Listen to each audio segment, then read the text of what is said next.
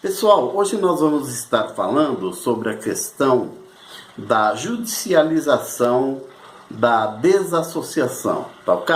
Antes eu queria pedir para vocês se inscreverem no canal, se inscrevam no meu canal, mesmo que você não tenha nenhum interesse, mas você sabe, tem conhecimento das agruras por que passa esse povo, ex-testemunhas de Jeová. Então, se inscrevam no nosso canal, dê um like positivo ou negativo se você não gostar do que nós estamos colocando, mas é importante que você se inscreva e dê o like positivo ou negativo, tá ok?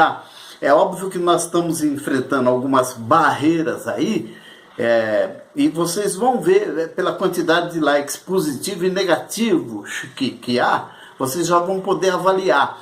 E eu não estou bloqueando ninguém, eu não estou apagando nada, estou deixando aí até para que vocês vejam o linguajar que usam as pessoas, né? Obviamente, vocês vão ver que há pessoas que contradizem a ideia da gente, mas são polidos, são educados.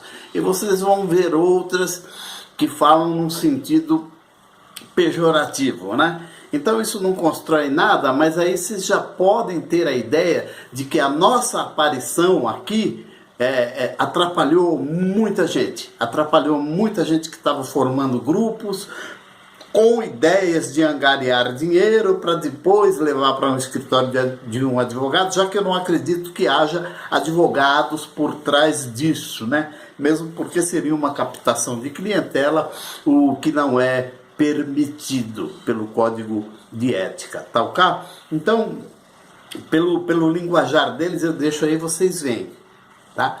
E vocês avaliam a questão dos likes positivo, negativo, enfim. Se inscrevam aí no nosso canal, porque o povo de ex-testemunhas de Jeová, das quais eu me incluo, nós necessitamos muito que isso venha a ser apreciado a nível de governo aqui nesse país brasileiro, nesse Brasil, né, que é um país laico, e por essas questões eles têm um pouco de cuidado de se meter com questões religiosas, tá bom? Como eu disse para vocês, eu vou estar comentando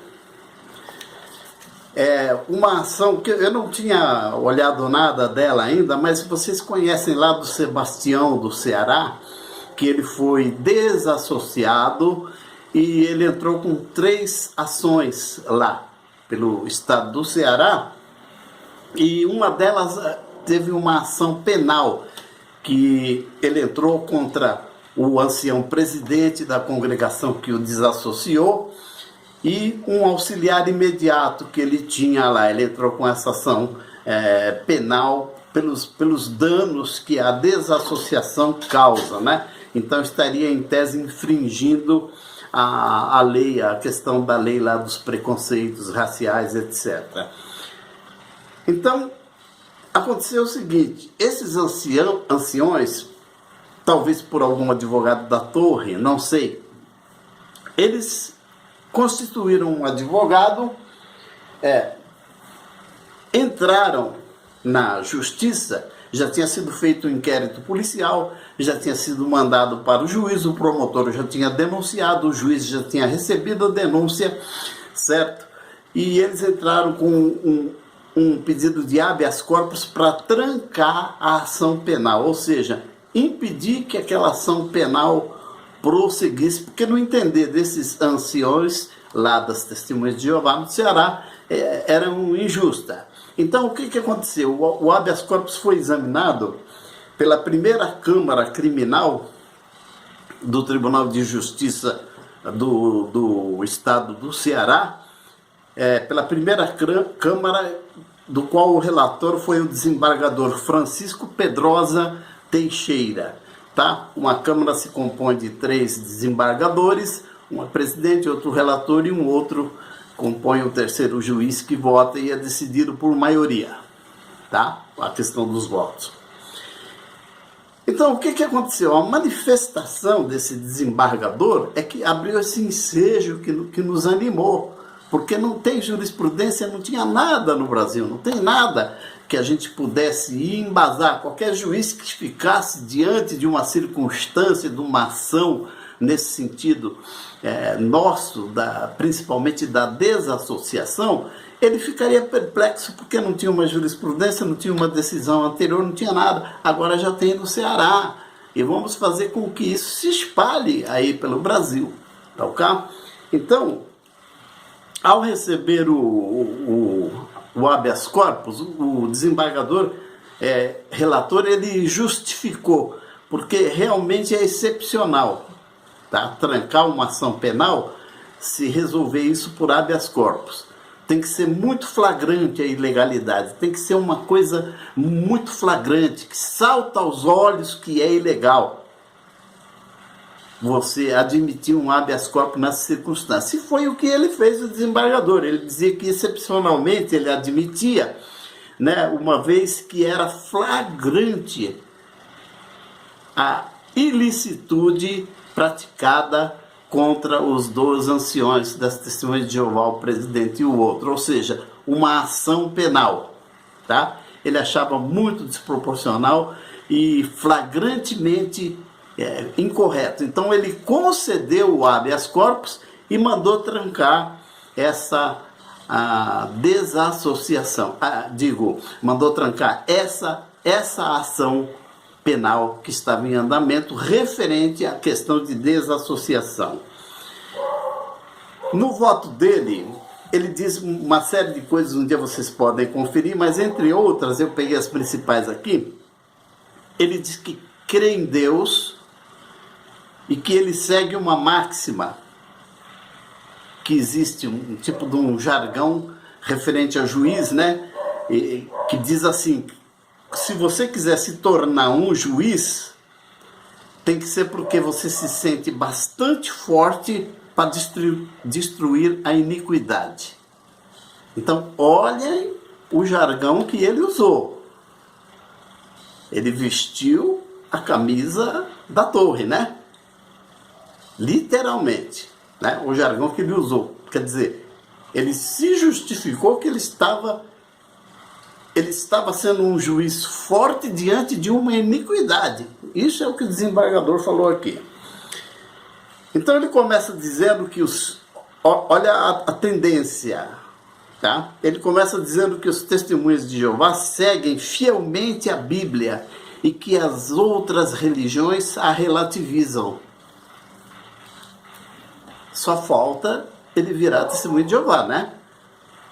Porque ele acabou de falar o que a gente ouve das testemunhas de Jeová há muito tempo. Que se existir 1000 religiões no planeta, seja ela que tipo de filosofia for, eles misturam tudo. Eles põem tudo num tacho só. São todas de Satanás. A única de Deus é a deles. Então o desembargador falou isso aqui em outras palavras. Mas eu estou gostando porque ele nos deu a chance. Já vai ter uma decisão, né, a respeito, para a gente poder espalhar isso pelo Brasil. Então, eu acredito que falta conhecimento dele, no ele afirmar isso, sobre as outras questões. Quem sabe se ele vê esse vídeo aqui, se ele vê os meus vídeos, ele vai procurar pensar melhor antes dele tomar uma outra decisão dessa envergadura. Ele considerou que não há hostilidade, no caso do Sebastião, que não há hostilidade, e há apenas um obsequioso isolamento, ou seja, um educado isolamento. Aí ele fez o que nós precisávamos, porque o juiz ele tem que decidir as coisas com base na lei existente. Se não existir uma lei exatamente para aquele caso, ele pode ir para uma que decida um caso semelhante. Ele pode usar dos usos e costumes, e aqui no caso, ele usou da Bíblia. É inédito isso. Em questões religiosas, um juiz fazer isso. Ele usou da Bíblia. E aonde que ele foi para justificar porque que ele achava a desassociação correta? Ele foi em 1 Coríntios 5, está no voto dele, vocês podem olhar aí, só que ele considerou os versículos de 11 a 13 apenas. tá bom? Ele foi para 1 Coríntios 5 e considerou os versículos de 11 a 13. Nos versículos de 11 a 13, vocês vão ver que tem o texto, ele é taxativo, ele é específico, ou seja, não pode haver uma complementação, não pode haver um esticamento do texto para alcançar outras coisas. Ali eles falam em fornicadores, em roubadores, idólatras, e mais algumas coisas, são umas 5 ou 6 coisas que eles falam ali, vocês conferem, e que caracteriza aquele que, sendo irmão, não podia praticar. Então justifica que ele seja tirado do meio. E saindo lá para o versículo 12 e 13, Deus praticamente está dando a carta branca para que se faça isso, retirando o iníquo do vosso meio. Agora eu pergunto para vocês, primeiramente, eu acho isso, como é costumeiro nas testemunhas de Jeová, ele partiu para versículos isolados. As testemunhas de Jeová fazem muito isso. Eles chegam ao cúmulo de pegar um pedaço de um texto e depois ir lá em outro livro da Bíblia e pegar o outro pedaço do outro texto para justificar suas teses. Ou seja, usar um texto como pretexto, fora do contexto, é mero pretexto. Essa é a realidade, né? E foi exatamente isso que o desembargador fez. Ele pegou de 11 a 13. Eu particularmente entendo, e se tiverem pastores, principalmente o Edson Reis, o Osmanito, o Fernando Galli, e tem muitos outros aí, muitos bons, eles me ajudem, tá ok? Mas eu entendo que eles deveriam compreender pelo menos o capítulo inteiro de Coríntios 5 e não pegar 2 versículos isolados, que foi com que ele justificou que devia ser trancado a ação penal. Então vejam a falta de conhecimento e sei lá qual o desejo de decidir uma causa assim tão mal decidida, essa é a verdade, tá? De colocar o Sebastião, vamos dizer assim, que foi no caso dele, nesse rol que está lá no 11, 12, 13, fornicador, ladrão. O Sebastião não foi nada disso. Vocês sabem que o Sebastião era o seguinte, ele foi, eu acredito que continua sendo uma testemunha de Jeová fervorosa. Ele só não concorda com a desassociação pelos motivos que foram. Por quê? Porque ele publicava textos e a doutrina e pregação, ele publicava pagando do bolso dele numa coluna de jornal. Aí os anciões lá da congregação dele mandaram que ele parasse de fazer esse procedimento e ele não parou, foi lá para a torre e veio a ordem para desassociar ele. Então ele não concorda com isso. A questão dele é a desassociação, né? Sobre o resto ele silencia. Talvez sobre todo o restante ele ache normal, tá ok?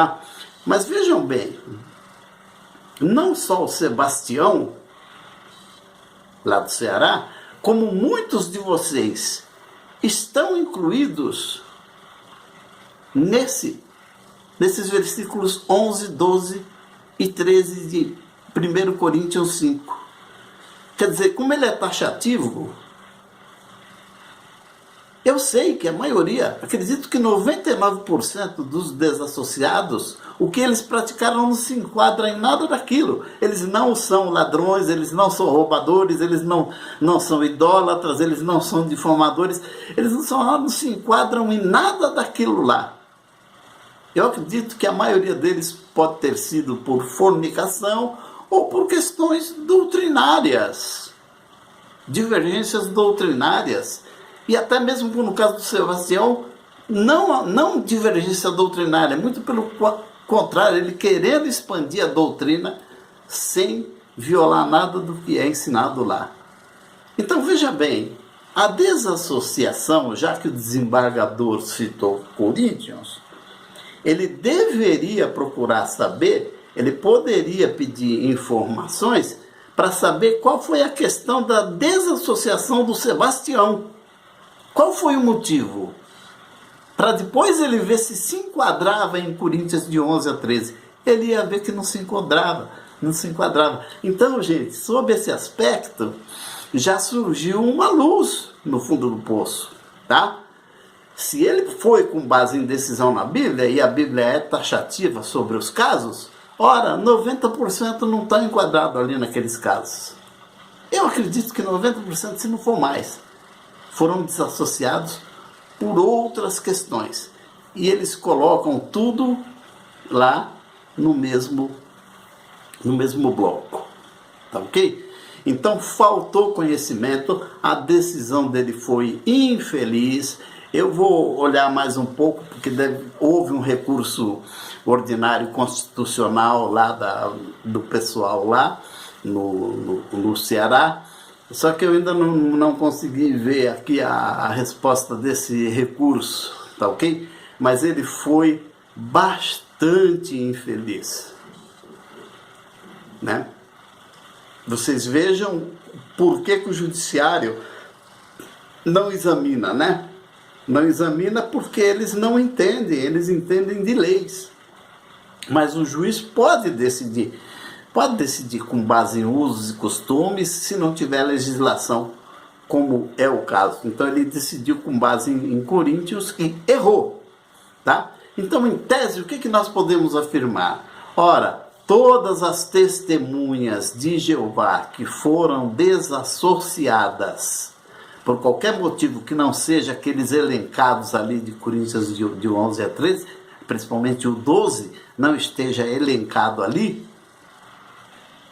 eles poderão sim judicialmente requerer que sejam reintegrados. Aí você vai me perguntar, mas para quê? Vai ser reintegrado, todo mundo lá não olha na minha cara, aí vai ficar pior a emenda que o soneto, né? Eu voltar assim lá para dentro. Não. O interessante é você ser reintegrado, você fica um dia lá e depois você pede dissociação e aí você tem material para entrar com uma ação de danos morais e materiais que já ficou reconhecido no próprio ato de te reintegrar. Compreendeu?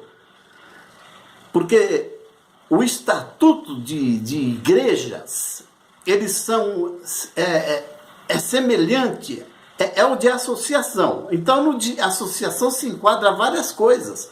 Times de futebol, clubes recreativos, se enquadra um monte de coisa, inclusive igreja. O estatuto é de associação. O que acontece? Vamos pegar uma associação. O Corinthians, o Palmeiras, o Flamengo, quem você quiser, é uma associação. Eventualmente, se ele expulsar um associado, digamos lá que o Palmeiras expulse um associado, tá?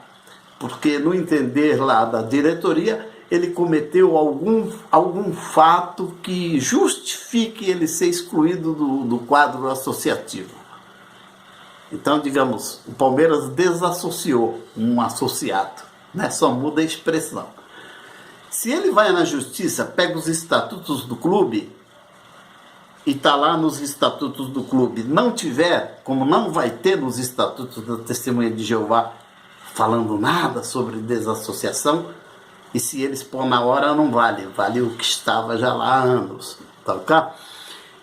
Não vai ter nada, o que eles vão fazer? Vão ter que ver se tem algum regulamento. Aí eles vão lá, pegam o regulamento do quadro associativo lá do Palmeiras, tá? O caso que ele fez se enquadra aqui? Não se enquadra. Não tem, das faltas consideradas não tem. Ora, o judiciário pega e manda reintegrar esse associado ao quadro associativo do Palmeiras. E a igreja, a religião não é diferente. Então, como eu disse, você vai falar, mas o que eu vou fazer lá dentro se vai ficar pior ainda, né? A minha circunstância que estava anterior e a que eu me coloquei agora. Ora, você vai por uma questão, às vezes, até de lavar a sua honra, que foi maculada. Tá ok? os informes, a difamação que gerou em torno, porque alguém vai falar que você foi desassociado por uma série de coisas que você não cometeu. Tá bom? Então, eu gostaria que vocês pensassem nisso. Eu estou vendo se existe mais alguma informação aqui. De momento não. Mas para um começo, ela já está muito boa, tá? E eu apenas vou fazer um comentário aqui finalizando, particular meu. Isso sou eu, Paulo, quem interpreta assim. Por favor, as pessoas como Edson Reis, como Osmanito, como Fernando Gale e outros que quiserem, me ajudem, por favor, tá? Porque sou eu que interpreto assim, isso é uma interpretação minha. Quando nós olhamos, por exemplo, esse 1 Coríntios 5, foi tudo aquilo ali foi escrito pelo apóstolo Paulo. Um apóstolo que todos reconhecem que veio depois, mas foi o maior dos apóstolos. Eu acho que isso é pacífico, né, entre os conhecedores da Bíblia.